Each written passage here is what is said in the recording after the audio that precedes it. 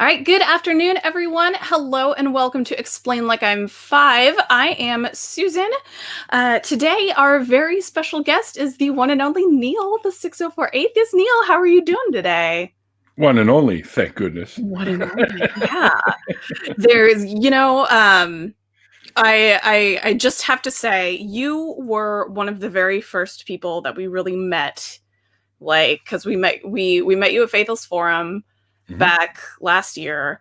When your sticker is currently on Nathaniel's desk, like stuck to his desk. So he sees that like every single day. Then he puts a drink on it and it's all good. Yeah. He's just all like, oh, I got a little bit on Neil's face there, And it has been just an absolute joy seeing how much your channel has grown and how much you have like connected people and how much you have just you're doing a wonderful things, and I'm very, very glad that we know you. Just figured I'd get that out at the top of the show and gush about you a little bit. Well, I do what I do. That's all I can do to explain that. It's just I think we got a pretty good community, so I like to try and bring people together, introduce people to it, and that kind of thing through the show. So yeah, and it's I think the biggest thing that I like most is you help people feel like they're not so alone. And you help people understand that there's others who share share similar experiences and everything like that. And it's I don't know. Yeah, the similarities are huge, actually, in many cases. Yeah, it's a great show that you have, and I love it. So, thank you.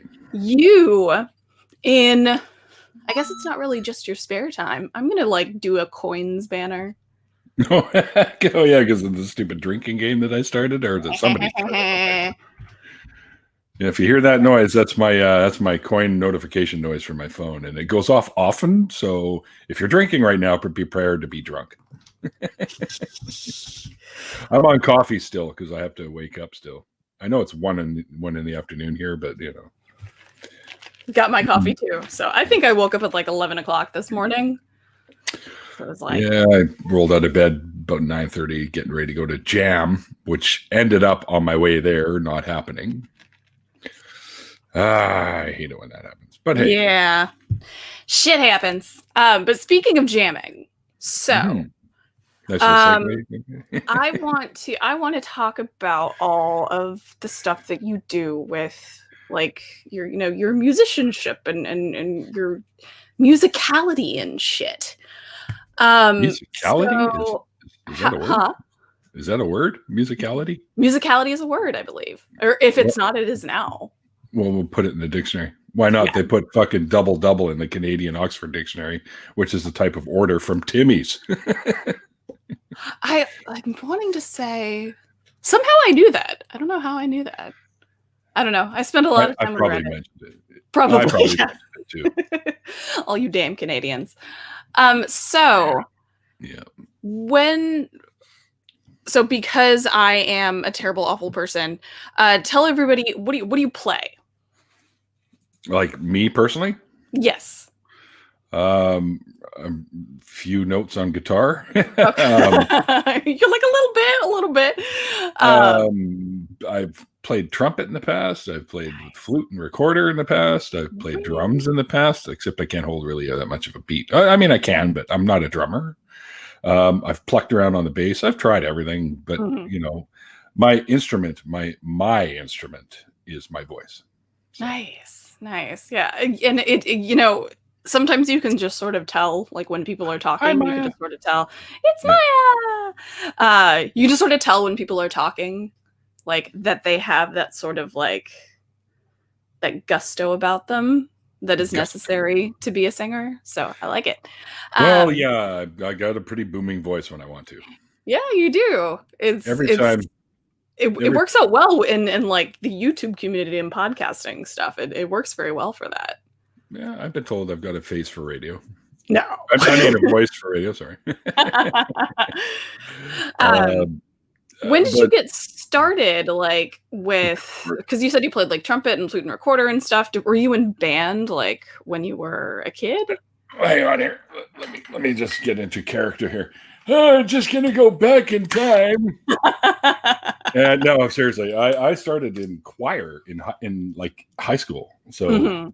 and I did a couple of years of choir in high school, and over the years I actually got better at singing. And then I took a long, I didn't do really anything for years and years except the odd karaoke thing or something, because my friend was the karaoke head guy, or ran a karaoke at a place. So we used to go in every once in a while and do things like the Immigrant Song and stuff like that, Zeppelin sort of thing.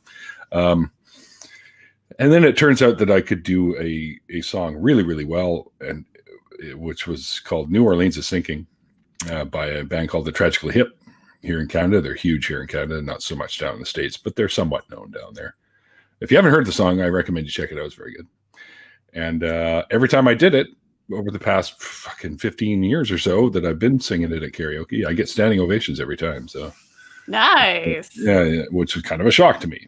Is that karaoke redundant?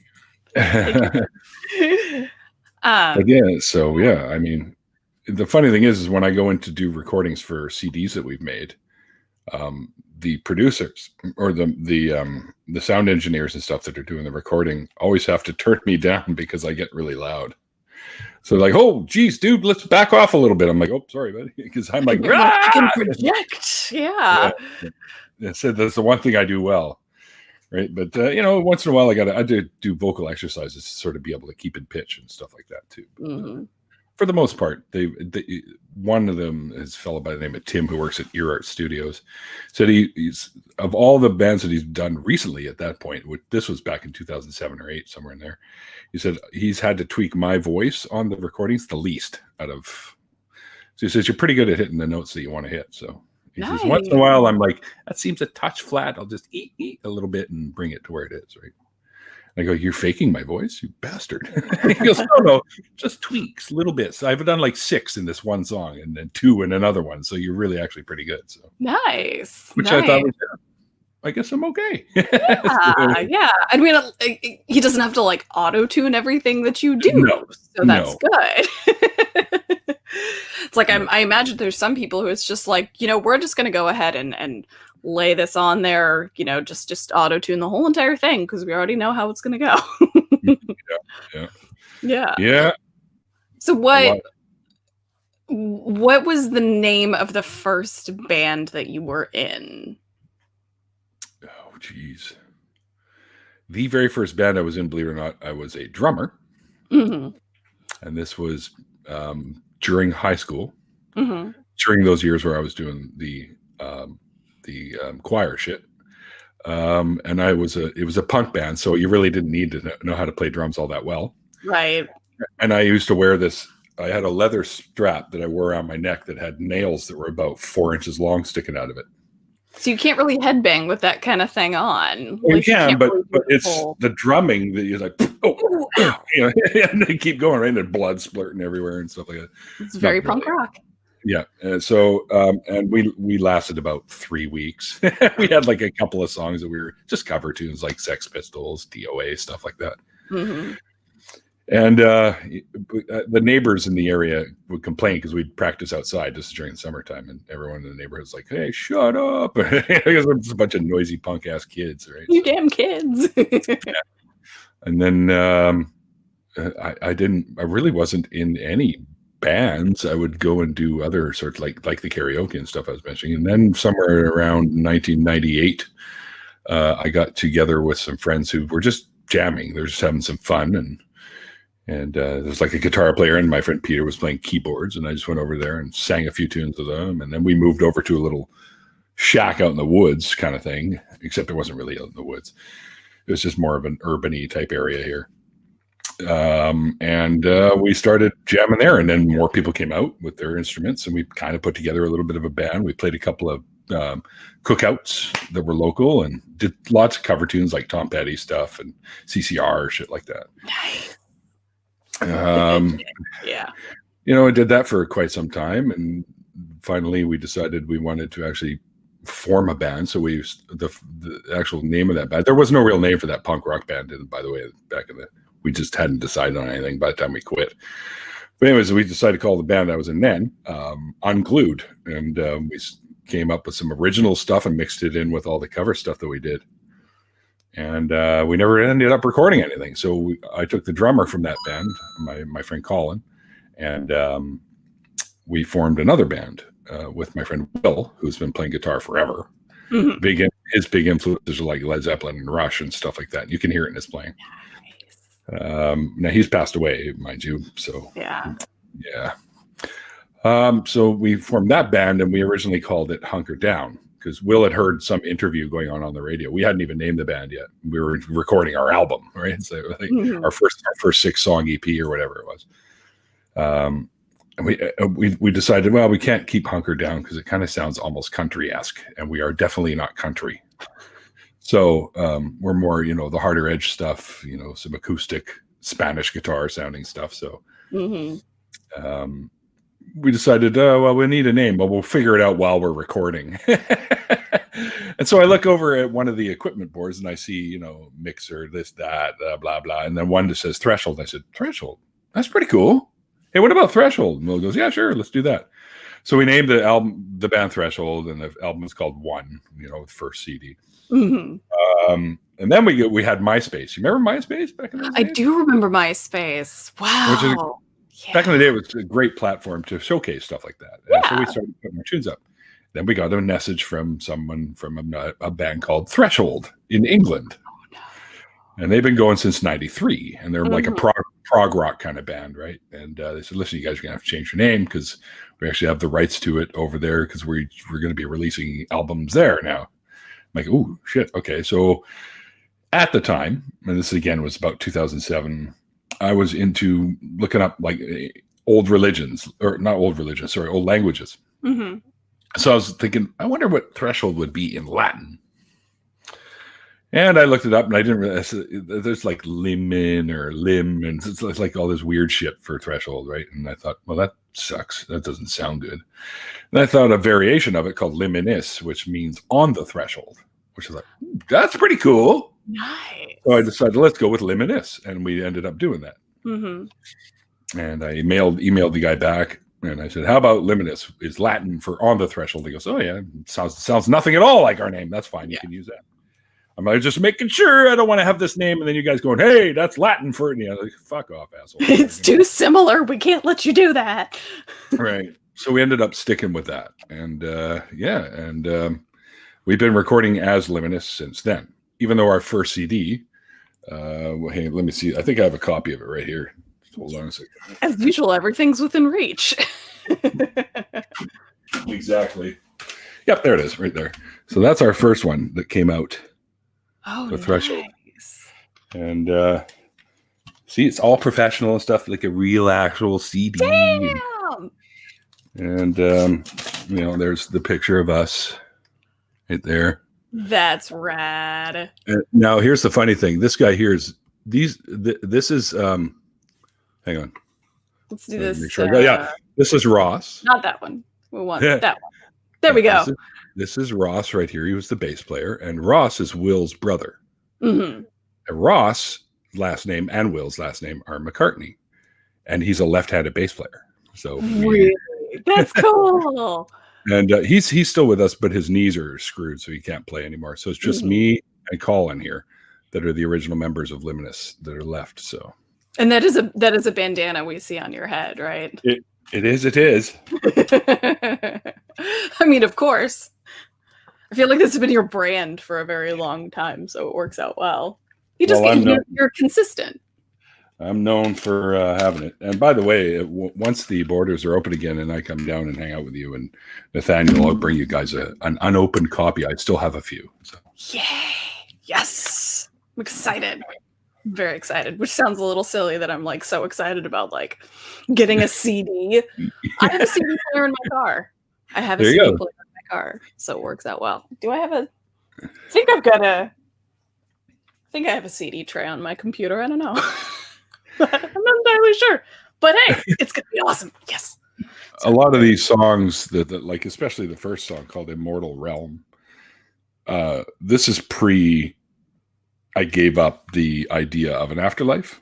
I thought, Mhm. well, maybe we could exist somehow after we're alive here, but obviously let's put it this way, physics does not make that possible. So Right. um so Immortal Realm is about an afterlife, so to speak. Hmm. So it's kind of an interesting little thing there. Sort of like your idea, like, at the time of what it would be like, sort of Well, thing? it's a lyrical version of an experience that I had when I was really young at a summer Mhm. camp. I had hit my head on the top of a dock in the water and drowned, literally. So they pulled me out of the water. Um, Apparently, they pulled me out of the water and they revived me. And all I remember is seeing people reviving me. But that was clearly my mind making up what was going on. Mhm.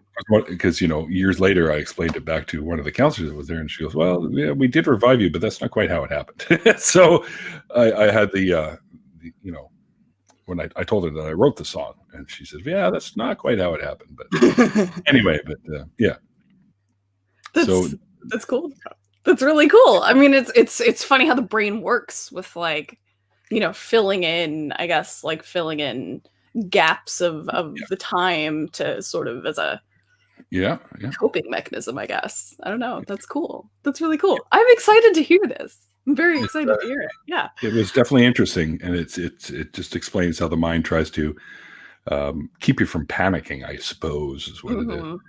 So it gives you fills in these things that might ease or comfort you or ease you into whatever it is. But yeah, it was Yeah. kind of a neat experience. I only Yeah. ever had one other out of body experience, which is also mentioned in the song. Oh, Out of nice. body experience. Mhm. Woo! Super Uh, spoopy. yeah, and I just write it off nowadays as this had to be a dream. It's just I remember falling asleep and reading a comic book or something back when I was in a different house when I was a kid. And I remember floating above myself and floating out the window and seeing my neighbor walking down the street, which would have been ridiculous because it would be like 2 a.m. and my neighbor Uh-huh. was like my age, and there's no way, which is about 11 or 12, I think, at the time. So unless she ran away from home, there's no way I would have seen her walking down the street. Let's put Right. it that way, right? So yeah, so two of those little stories are included in that song. So there you go, some context as to the That's cool. lyrical content. Yeah. That's really cool. Do you find that you derive a lot of, inspiration for stuff from necessarily real life stuff? Is it just sort of like more conceptual? What do you Some of our songs are conceptual, like some of the I'm the sole lyric writer. Mhm. So some of the songs are conceptual, like some stuff that we're working on now. It was kind of like a species that came, a species of other like aliens, basically, that come back to Earth and see how their project is going. Because I took Mhm. the concept of panspermia kind of thing, or seeded by like the whole Prometheus idea in Mhm. Aliens, stuff like that. And they come back and they go, "Oh, look at that! They're killing each other. Let's get the fuck out of here," kind of thing, right? Like that song called "Experiment Gone Wrong," and we haven't recorded that one yet, but and a lot of them, like a recently one I wrote called two that I wrote recently now that deal with the atheism thing. One of them is called "Let It Go," and no, it's not the song from Frozen. And the Does other one's everybody called ask you that when you tell them that? yeah, and the other one's called "Cut the Strings." Um, these two are not recorded yet, but we've got partial on "Let It Go." But I can do so much better with the vocals, so I want to redo that stuff. Because when we started recording it was very early in the creation of that song. So, Mhm. but "Cut the Strings" and "Let It Go" are dealing with letting go of false beliefs, and then "Cut the Strings" is having people out there that should think critically about what they believe, cut those strings if they find out that they're bullshit, and join the community with the rest of us, kind of thing, like an open arms sort of, a bunch of Yeah. little shit wrapped up in there. So That's really cool. That's yeah. I love that. I love it. Are those the only 2 that you sort of, like, written so far about the atheism related stuff, or have you done that before? Not necessarily. I think those are the only two songs I really have done related to atheism sort of thing, but Mhm.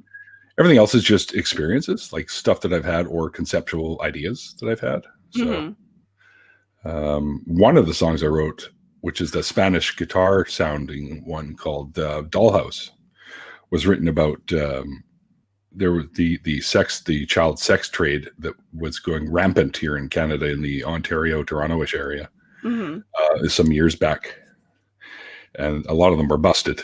But this is a song from the eyes of one of the little girls that's trapped in this sort of thing. I even had a friend of mine who was so touched by the song that she painted a picture of the looming figure in the doorway and the girl with the tube tied and injecting the needle just to get through another, that kind of thing. It was, Wow. yeah, if you want to hear that song, guys, you can go to SoundCloud, look up Liminus, just type in Liminus and all this stuff, and it's called Dollhouse if you want to hear it.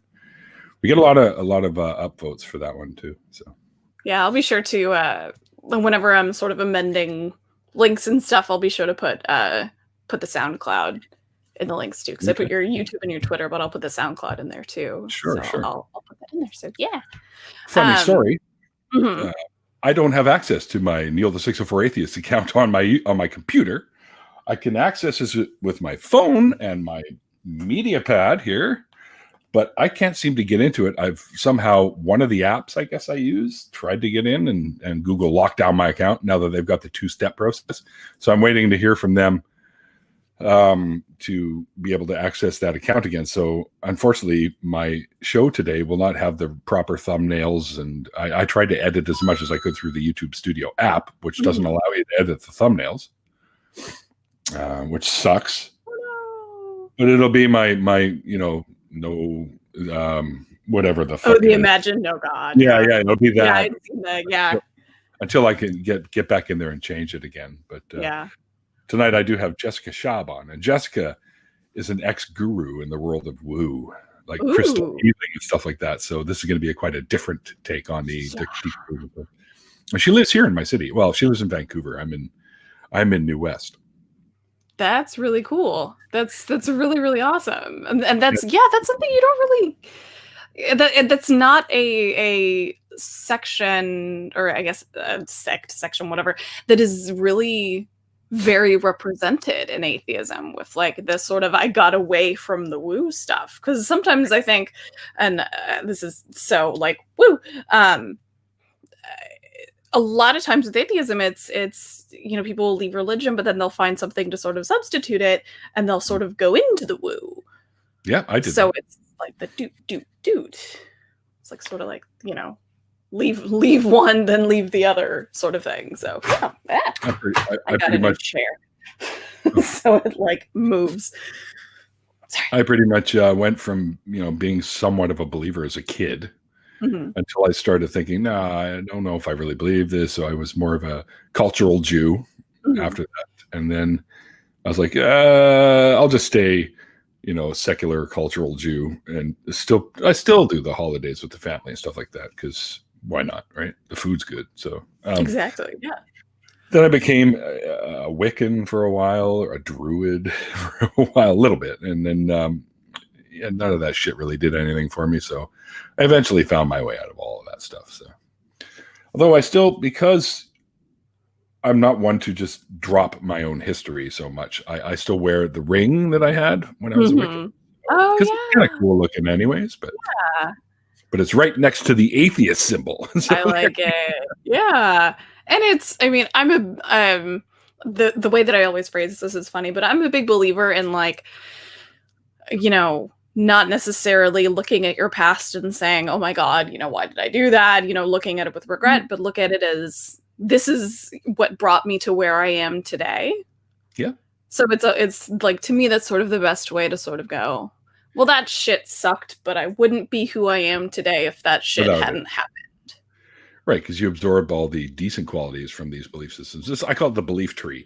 You start out with this foundation, and then you just kind of move this branch, then this branch, then this branch, and then you finally blossom into this big tree, and every single branch makes up the whole tree, right? So that's who you are. And it's all of these ideas and ideals that you carried along with you throughout your life that formulate who you are as a person nowadays. And I just basically took all the good stuff that I could from everything and melded it into my personal asshole-ish self of today. So that's funny, because you're like one of the like people that I know that is the least of an asshole. as much as you might say that you are, you're just a giant softie. But Yeah, I you won't don't tell work. anybody that. Don't worry. Ruin my reputation. I know. No. I'm sorry. I'm sorry.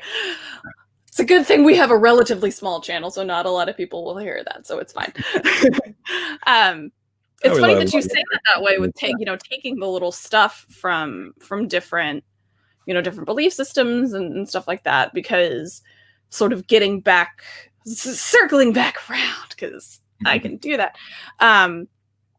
I've done that with not just but like beliefs and taking different stuff, like there's different personality traits and quirks and stuff that I have from previous people in my life, but I have done that with music.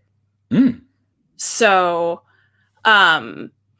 my ex-husband, because I was married for a couple of years back when in my early 20s, and my ex-husband was a huge Tom Petty and the Heartbreakers fan. Okay. So nothing wrong with that. I basically stole that from him. Like that, and I mean, I had not listened to Led Zeppelin until I was about 24. And yeah, I had not. And I was just like, why was I not listening to this before? Like, they're my second favorite all-time band. They're so amazing. I'm like, holy shit, like what was I missing? And then I like didn't listen to them for a while after that, just because I was just all like, they're my ex-husband's like one of his favorite bands and stuff. So I was like, no, I don't want to. And then I like really dove deep.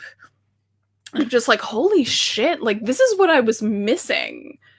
Like, like I don't know what it was. I don't know why I was just like, oh, I don't want to listen to them and da-da-da. But I'm really, really glad that I eventually was like, okay, I'm gonna like listen to them again and explore a little bit more and see what else there is other than like Stairway to Heaven, because there's so much more. Oh man, like that's the one song I just don't listen to anymore because it's just been done to death. But I mean, for me, Battle of Evermore, which I don't know if you know this, but the girls from Heart were in a band in the 90s called the Lovemongers, and they did a cover of Battle of Evermore that is absolutely fucking fantastic. So if you haven't heard that, look up the Lovemongers on YouTube, and you'll hear Ann and Nancy Wilson from Heart, plus a couple of people from local grungy bands, I guess, at the time, doing Battle of Evermore, and it's fucking phenomenal. Nice. And I love covers. I don't know what it is about like specifically covers, and I think it's especially, what are you doing, Kat? Why are you doing that? Cat things. It's Catterday. Come on. It is Catterday. Please don't stick your face into a coffee mug. Oh, now she's stuck. But there's an entire, oh my God, there we go. There's an entire playlist that I have on Spotify of nothing but bluegrass covers of songs. And I think I have like 3 different covers of Wildflowers on there. And it's just like every single time I'm just like, this is such a good song. Would you say that, do you have a specific favorite cover of a song? Would you say that one is your favorite, or do you have like a different one that you're just all like, is there one that you like the cover more than the original? Yeah, I don't know if it would be the Battle of Evermore one, but definitely it's up there. It's a really good one. But I think Johnny Cash's version of Hurt from Nine Inch Nails is probably my favorite cover. It's so good that Trent Reznor himself went, you know what? That's his fucking song now. he basically gave it to Johnny Cash. He's like, that's your song.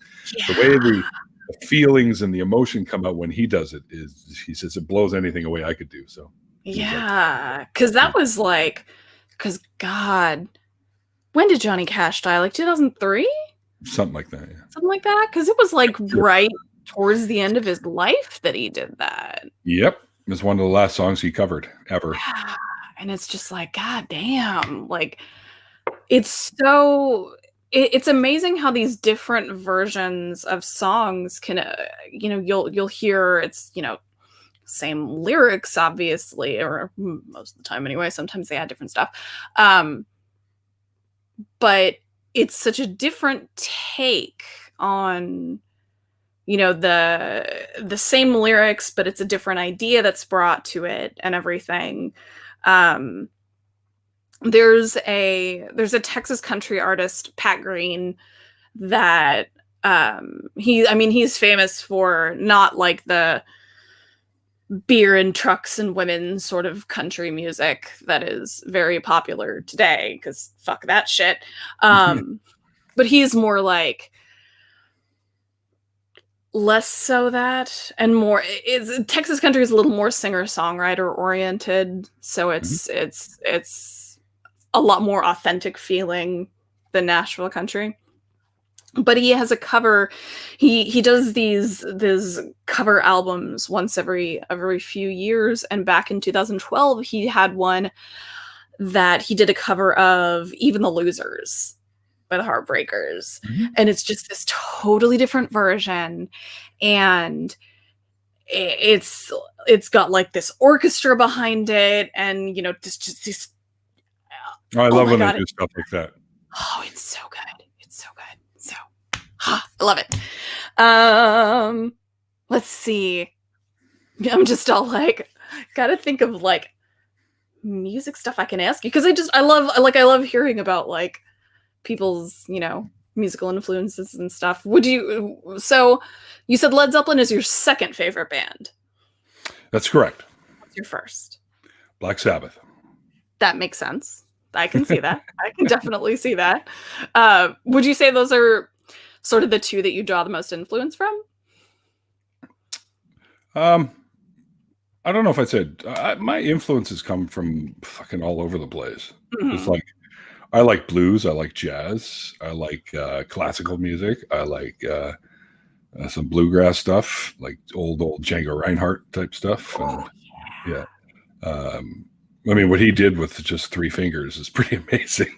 So, I like a lot of the 70s stuff that came out, like just adult contemporary radio and like cheesy, sappy bullshit that came out. And Islands in the Stream, stuff like that.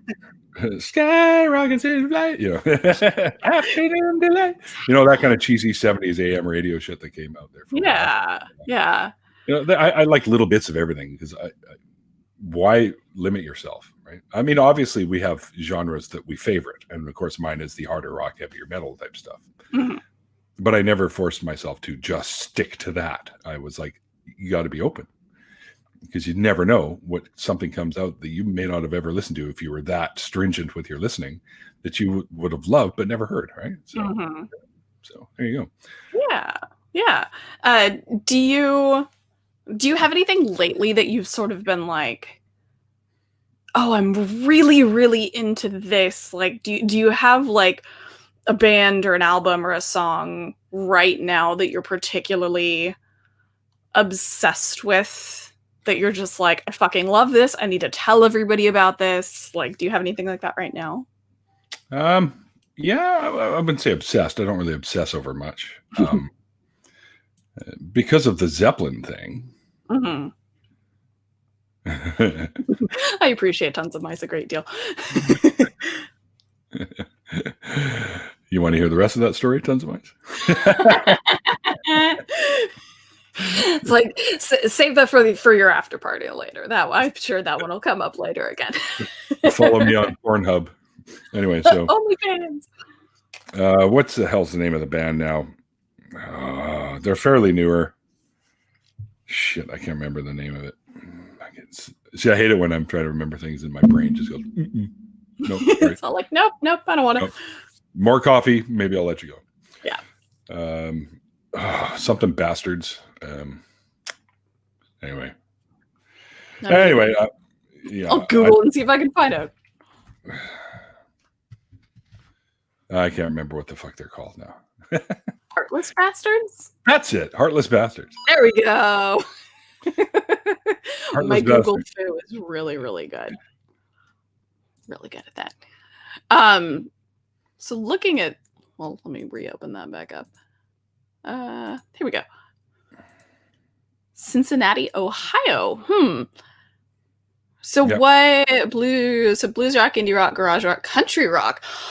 Oh, I might like them because they got some great songs. Like "Only for You" is really good. Mm-hmm. You probably heard it and not realize it. Probably, yeah. Oh, one of the albums was produced by Spoon drummer Jim Eno. Is that how you say that? At his home studio in Austin. Very nice. Very nice. They got some really, really good songs. So yeah. Now I'm all curious. I'm just all like, oh, one of the songs was in an episode of Chuck. There you go. That's cool. I like it. I'm gonna bookmark this. They're really good, and of course, Van Fleet or whatever what the fuck are they called? Greta Van Fleet. Kind of the modern Zeppelin wannabes, except they're actually really good. And I was really into Kings of Leon there for a little while. Those guys got some pretty insane music. Yeah. If you ever branch out more into bluegrass, let me know because I got a bunch of bluegrass recommendations for you. Actually, there's a murder folk playlist that I follow that is sort of like bluegrass folk music, but it's all like oh gosh, there's like Devil Makes 3 and stuff like that on there, and it's a bunch of stuff that is a little darker than your usual bluegrass stuff. So if you want something with a twang, it's really good. It's just called like a murder folk playlist on Spotify. So that one's really, really good. So you might like that because it is a little darker and a little more sort of holy shit. Sort of those sorts of songs. So yeah.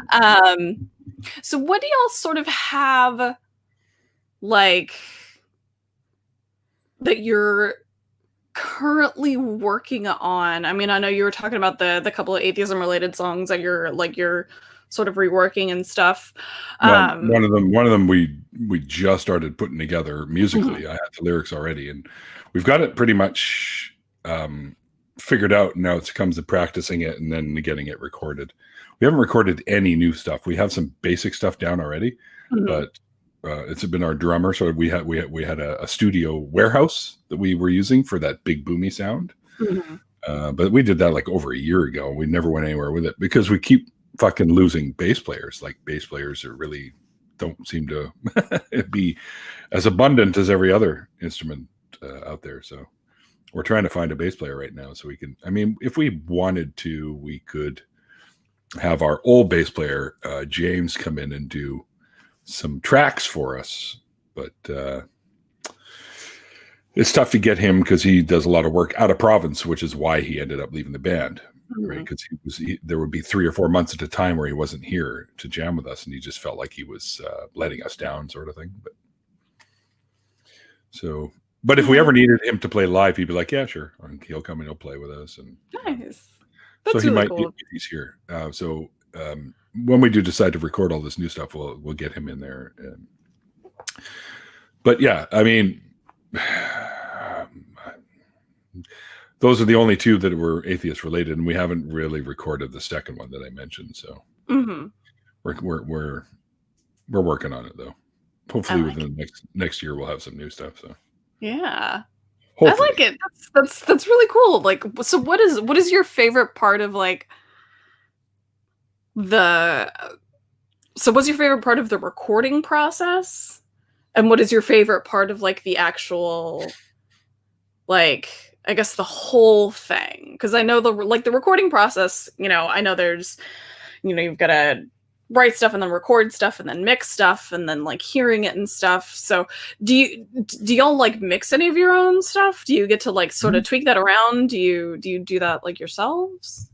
We have usually for final mix and mastering, we send it to a friend of mine named Dave Audison, who's been involved with a lot of local known bands here as a singer, like Stealing Eden and a couple other ones too from back in the day. as I've been listening to his, because they play a lot of local stuff on a station around here called Seafox, and so the bands that he's been involved with have been played on there quite a bit. Mm-hmm. And I was always a big fan, and I finally got to meet him, and it's like, because he was friends with my buddy Will, who was the guitar player, and we did we went to his place, and I did a lot of vocals at his place in his studio and stuff. So he does all the mixing, mastering, but we'll mix it around, just to get better idea of what it can sound like. But we never, we don't say that's it. This is the way. We let the guy who knows what he's doing take control and remix things if need be. If he likes what we've done with it, that's great. But my drummer Colin's quite the audio guy, so he likes to play around. He's got a little portable studio that he can take into our jam studio, plug us all in, and we can record live off the floor and see what that sounds like. But we are doing. We got a bunch of tracks already, and we're going to keep loading them in there, and then we'll mix them up. See what happens. Mm-hmm. Oh, hi Nathaniel. He's the best. Also, so I have heard an interesting amount of not necessarily atheist country songs, but I've heard a lot of protest country songs. So I can share the protest songs playlist that I've got too. So if you had, the entire punk rock genre is protest songs. That's true. That's very, very true. Because it's basically like, it's funny. It's funny. I'm reading my cousin's book called All Our Wrong Todays, or listening to it on audio, because it's great because he reads it on there. So it's like my cousin's reading me bedtime stories. Nice. So it's called All Our Wrong Todays. It's a little bit about time travel. And apparently, according to the story, in 1965, some machine that they flipped on, which gave us permanent energy based on the rotation of our Earth around the sun and stuff like that. And it was like, just, it would never stop producing energy because the rotations and shit don't ever stop either. Mm-hmm. So because of that, everything changed, and everything ended up in 2016, where it was he's writing from in the story. In his timeline, everything's like the Jetsons. They got flying cars and they got tall buildings, and punk rock never happened in that timeline because there was nothing to protest. Because everything was so awesome, right? So yeah, he mentions that in the book, so it's kind of fun. Oh, that is funny. I love it. That's amazing. So I know you were saying Black Sabbath and Led Zeppelin. Other than those two, though, if you could play with any act, like if you could just be on stage and be, even if somebody came up and said, "We want you to play recorder for us on stage," I don't know if I'd be able to do that today. You'd be surprised. Who would you love to play with the most? I mean, because obviously Led Zeppelin and Black Sabbath are a given. But yeah, plus they don't there's an act today that you would love to. Maybe Tool. Ooh, yeah. Tool would be fun. Yeah. I don't know if they want recorder in their songs, or maybe System of a Down, or because they got some pretty cool. They might want a recorder. There is a band from where are they, fucking San Diego? No, not San Diego. San Jose, I think. They're not huge.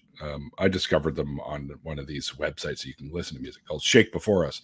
And they use theremin, and they use all kinds of really cool instruments. Devil May Care is one of their really good songs. Nice. So Shake Before Us is the name of the band, so check them out. They're kind of a cool space rock, they call themselves. Oh, that's awesome. Which is neat. They're really good. A couple of really good tunes. Nice. But yeah, I'd play with those guys because they're really energetic on stage, and they're just bizarre. It's great. Anyone who has theremin in their music, right,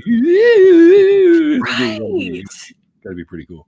Like, it is a vastly underused tool in music today. Like, it's sort of like a... It's not hard to play that thing either. I fucked around with one at one of them science fair type things. Yeah, well, it's basically just depending on where it is the tone, fields. Right? Yeah, exactly. It's all electrical fields and stuff. Yeah, that's really cool. Yeah, that's really fun. I love what do you play, man? I play the theremin, dude. And a little bit of juice harp. Or what I think what I think needs to be utilized a lot more is What is it, the vocoder? That what's his face? Peter Gabriel? Wow, wow, wow, wow, wow, wow. That guy? Oh no, that's Peter Frampton. Peter Frampton, there we go. Peter Gabriel's an entirely different. The Peter Gabriel's from the 80s. Not even in the same ballpark. Not even in the same. I knew it was a Peter. 60s, 70s, 80s. Peter Gabriel was a member of Genesis before he left the band. Yes! There we go. Thank you. Leslie, boo nerd. Boo nerd. Nerds are cool. Exactly. You can thank nerds for having the pop culture you do today. Leslie and I have plans to eventually get drunk and watch Tombstone together. Oh yeah. So I think we're doing a special stream on that eventually. So I think that's going to be a lot of fun because I've never seen Tombstone. What? I've never seen Tombstone. Wow. We can talk about probably one of the better versions of the OK Corral story. That's what I've heard. I don't know a ton about it. I've heard it is very, very good. Got Sam Elliott in it, for fuck's sakes. You can't go wrong with Sam Elliott. Exactly. Sam Elliott's amazing. I love how not the very first, but the first conscious exposure I had to Sam Elliott was on Parks and Rec. Because he was in Parks and Rec as Not even Roadhouse? I never saw that either. Roadhouse. You haven't seen Roadhouse? What? All right, interview's over. No. He's like, I'm gone. I had seen Big Lebowski. Yeah. So I saw that, but I just never really made the connection. Right. So I was just all like, what the shit? Oh, until way later. I was just all like, oh yeah. There's a bunch of shit that I just haven't watched, and Nathaniel gives me shit a lot of the time for being all like, wait, you haven't seen this movie? And then I'm all like, you haven't heard of this band? He's like movies, and I'm like music, so it's like it's a give and take sort of thing. The two are workable together, because they do put music in movies. They do. Especially those musicals. There is a podcast. The hills are alive. Sorry. I first watched Sound of Music when I was 10, and I remember just being like, I think we all did. Julie Andrews is the be all end all, and she's fucking amazing. There's a podcast I'm currently listening to called How Did This Get Made that is currently reviewing Cats, the movie. Oh, yeah. No. They're all like, we don't understand this. Movie was horrifying. I never saw the musical because I had zero interest in it. None. And I'm a musical person. I like musicals quite a bit. I thought it was really good. It's one of the few. I've only ever seen 4 or 5 plays in my entire life. That's one of them. Rent is one of them. Phantom of the Opera and Annie, way back when my parents dragged us to that one. And the other one, the last one I saw was the Rock one, Rock of Ages. Oh, nice. Yeah. My roommate here and I went and saw that one. So nice. Yeah, it was really good. They come into the audience and they're singing in the audience with everybody. It was great. Yeah. Oh, that's audience awesome. Participation. Yeah, it's cool. Damn. So it's like Rocky Horror, but not quite as vulgar. Okay, I've seen that one on stage too, so that makes 6. That counts. Yeah, that counts. One that I think you would like, but I think it's mostly. Oh, yep. I was actually just about to mention that. No, but not Jesus is Jesus Christ in Jesus Christ Superstar. You would make a great Judas in Jesus Christ Superstar. Okay, because Tim Minchin was Judas in a touring company of Jesus Christ Superstar back in. Oh yeah, that's true. Like a long. I don't remember when. Early 2000s, I think. Early 2010s. I think I want to say it was like 2012 or something. Oh, I thought it was before that, but okay, sure. Like whatever. The time is irrelevant. He did the job. But I remember 2010, 2011. Yeah. I watched it, and that's gonna start playing. Don't play. I watched it back when it was like free, like right when quarantine had started, and I watched it and I was just all like, I knew Tim Minchin could sing. I already knew that. Sure. Did not realize he was going to be that amazing in that. So I'm going to. He's got good stuff. He's a good voice. Yeah, everybody gets the link to that. I wonder. I'd love to get him on the show, but that would be a really hard thing to do. I mean, I'm trying to get Julia Sweeney on from Saturday Night Live. Oh my God, that would be so cool. If you guys aren't familiar, if you remember the older Saturday Night Lives, I think she was around for the versions that had like Mike Myers and stuff. And she played a character called Pat, and nobody could figure out Pat's gender, so they were trying to ask leading questions. So, what's your, like they'd ask questions that might get Pat to know whether they're male, female, or something else, right? So, which is a total satire of the whole how people can be so dumb about the whole gender thing. And she did a really good job doing that. They even made a movie, and they did. Pat had friends like Chris. They're all androgynous names. Kelly. It could be anyone's name, that sort of thing, right? So. Oh yeah, and Julia Sweeney was at the FFRF convention that I was at a couple of years ago. I didn't actually get to meet her. She's in this. But yes, yeah, I think I'm wanting to say my friend Christian might be in that, but I don't know. Oh, yes. I think so. My friend Christian Ferris. I don't know if he's in that or not. I think he is. I know that I know Chris Johnson interviewed a lot of people for this. It's a really good book. Yeah, I've been wanting to get that because I think I really need to get that because I like the whole concept of what he did. I really like that. I dig it. Is there like an index for people who are in there? Yeah, no, he's not. Christian, you said his name was? Christian Ferris, yeah. Ferris. No, not in here. No, he's not. Okay. But yeah, like what was I saying? Yeah, I didn't get to meet Julia Sweeney at the FFRF convention, but I know she was there. There was a bunch of like the FFRF convention was just real fucking cool. Well, I wanted to get her on the show because she follows me on Twitter. Really? Yeah. I remember about day I woke up. Julia Sweeney follows you. I'm like, wait a minute. Wait, what? So I went over and sure shit, it was her. So I sent her a message and she has seen it. She has not replied.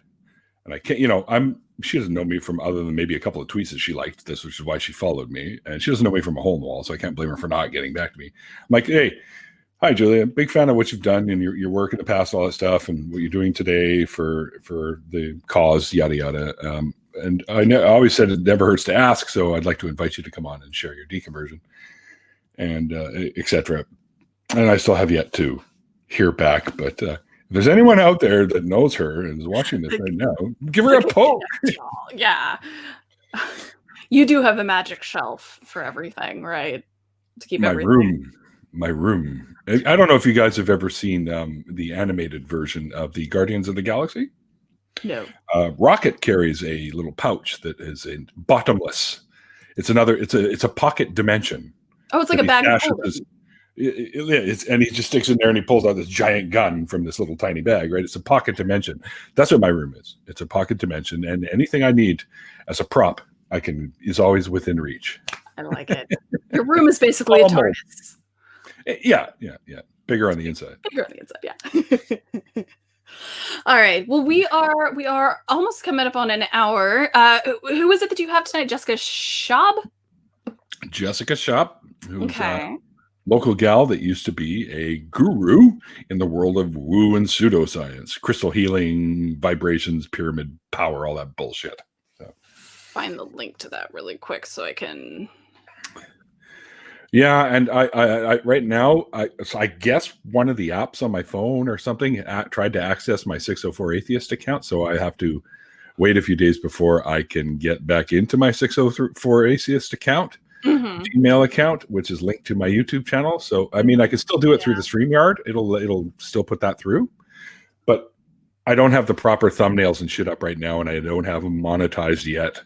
So, well, once after probably sometime in the week, they'll get back to me saying yay or nay. Or I'm like, well, fuck you guys. I mean, I've got 2-step security, so they could easily get me back in there. Yeah. But it hasn't happened yet. So Yeah. it's going to look like it's just going to be my imagine no God thing with the times and stuff. I can't even, but it'll still have the titles and whatnot. But Yeah. it won't be monetized, so I'm kind of a little bit sad about that. So yeah, I'm sorry. That sucks. Pretty sure super chats and everything will be there. And I'm setting up memberships too, and a merch store too. Nice. So I'll have my logo, and I'm probably going to do a Carl Sagan saying shirt and a Hitchens saying shirt because the ones that I always close with, and don't be a dick and all that stuff. Yeah. Yeah. I want one of the Carl Sagan ones, that's for sure. Carl Sagan.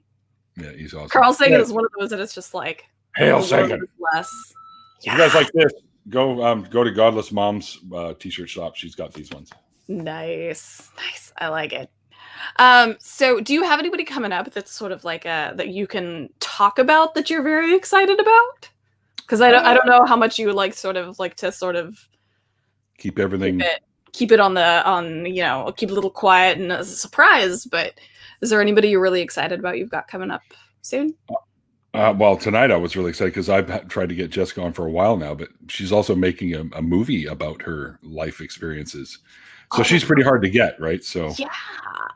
So Jessica, getting her on, she's pretty well known out there. She's been on like Pine Creek's show. She's been on a bunch of shows like that. So nice. That's really exciting. I have some of the folks that I work with now at the nonprofits, which I am now a host of. The nonprofits, one of the co-hosts.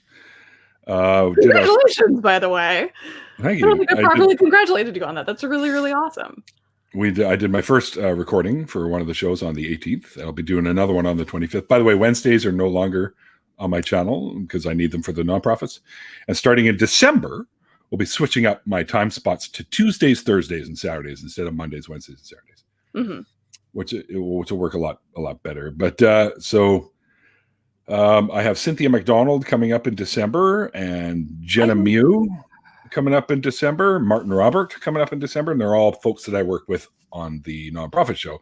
I have lots of I still haven't even done. I have basically Jessica Shop tonight, Unapologetically Me on Monday, John Anthony on Saturday, November 28th, who's another atheist that I met doing someone else's show, and he agreed to come on. His schedule's kind of hard to pin down, so I'll have to bug him in a couple of days beforehand and say, you still good? Or we might have to reschedule, so you never know. Same with Martin. He kind of has issues. Oh, yeah, Christy's coming on my show in a couple few weeks.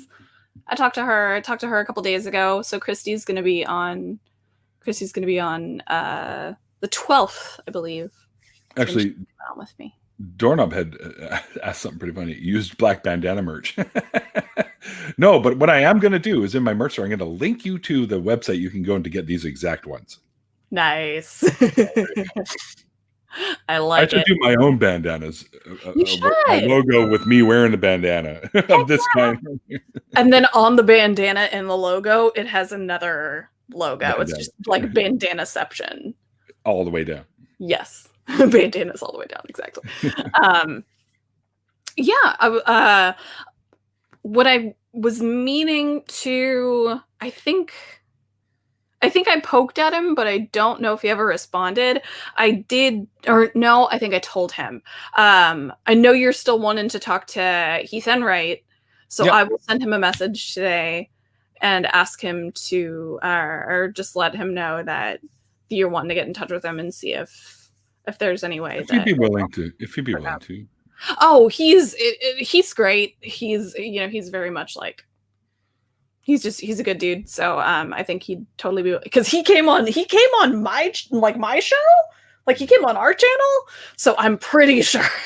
I kind of want to get all the guys from the Skating Atheist good movies, godless movies, or whatever the fuck they're called. Movies, yeah, god awful movies. That's it. Yeah. So Heath and I've already had Noah, right? Yeah, which was a lot of fun having Noah on. He's got such a great sense of humor. And I want to get the other two guys, right? So Y'all remind me a lot of each other, actually. Because you're I like, remind you of Noah. yeah, y'all remind me of each other. It's I the think hair. that's why I like both of y'all. But yeah, so do you have anything in particular that you want to plug? You want to shill? Mm-hmm. Anything like other than your upcoming shows and Mm-hmm. what else you got to shill and nonprofits? You want to shill that too? Well, sure. Yeah. Go and check out the nonprofits, all new, all revamped, although we're still following somewhat similar formula that the original with Russell Glasser, Don, and Jeff D were doing to theirs, where they'd have a mail bag and they'd have a topic that they'd pick and talk about that sort of stuff. And that's still what we're doing. Nice. We have a few more kind of thing. Yeah. So definitely go check out the nonprofit show. I'm now one of the hosts of that. Oh, Pavel knows John Anthony. John Anthony's a good guy. Anyways, there's Christy. Hey, it's Christy. Hi. She's like, I'm being summoned. we did say your name, I think 3 times at some point. So yeah, that's right. It's just the whole Beetlejuice Candyman thing. Bloody Mary, Bloody Mary, Bloody Mary. Oh. Anyway, so yeah, Christy, I'm looking forward to possibly working with you too on the nonprofits. Because the only Wednesdays that I won't be able to do the nonprofits, of course, are the days that I go and donate blood, which I think everyone should do if you're able to. So get out there and donate. You too can save a life. It's in you to give.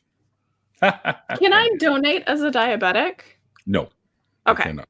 No, unfortunately. I was never entirely sure if I could, and not a lot. There was never really definitive answers on it and stuff that I Googled. So, damn it. Oh, please. Come on, Christy. You've worked with me before. And we had a lot of fun doing the show. I was actually on Christy and Gray Skeptic Mac's show a while back, the Leah show, League of Extraordinary Humanists, whatever. Yeah. League of Extraordinary Atheists and Humanists, I believe. Yes, that's right. I'm pretty sure. I got to ramble on about bullshit there too. So nice. And yes, I do. But there is something else that I really want to kind of push, because we haven't even made an episode yet. We're already at like 100 and something subscribers, which is fantastic. But it's only because we've been pushing it. And I'll be honest with you guys now. We wanted to get the 100 so we could actually have a personal URL rather than the blah, blah, blah numbers that they give you. Mm-hmm. So we broke that. So we finally can have our actual URL for the show. And it is called True North Talk. And it'll be run by myself and Randolph Richardson, who's the president of Canadian Atheists. Hang on here. I think it's somewhere here. Something within reach, of course. Yeah, right, there we go. See, and Canadian Atheists is an organization that Randolph started a couple of years back. And since coming along and finding me, he likes what I do with the whole atheist online community and stuff like that. So he made me the, there you go, the community advocate. There you go. Nice. And apparently I have an email on that website too. So there you go. That's cool. That's really, really cool. I love it. So not only a member. It's definitely well deserved. Very, very well deserved. I like it. I love it. So I'll also, once I go in and put stuff for the SoundCloud in there too, I'll also put the link in for True North Talk as well. So I will do that too. But yeah, so we're gonna go ahead and wrap it up. Thank y'all so much for joining us. Thank y'all so much for being here. We do really, really appreciate it. Thank you, Neil. As always, it's an absolute pleasure. You are legit one of my favorite people in this whole entire community. So I cannot. You're gonna make me blush. I didn't think that was possible. So apparently I can't drink coffee either. But yeah, thank you, Neil. Both Nathaniel and I very, very much love and adore you. I'm definitely speaking for Nathaniel now, so I think he'd be okay with me saying that. And thank you everybody for watching. We do really, really appreciate y'all. You go ahead and like and subscribe if you haven't already subscribed to the channel. Go ahead and subscribe to Divine Disbelief. That's us here. You can support us on Patreon. It's patreon.com/Divine Disbelief. We have a Discord now. actually, I created a Discord and I'm very proud of myself. So the permanent link to the Discord is in the description below as well. I think I'm already in your guys' Discord. I don't know. I'm not entirely sure.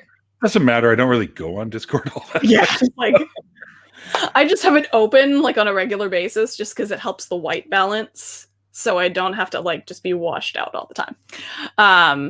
But yeah.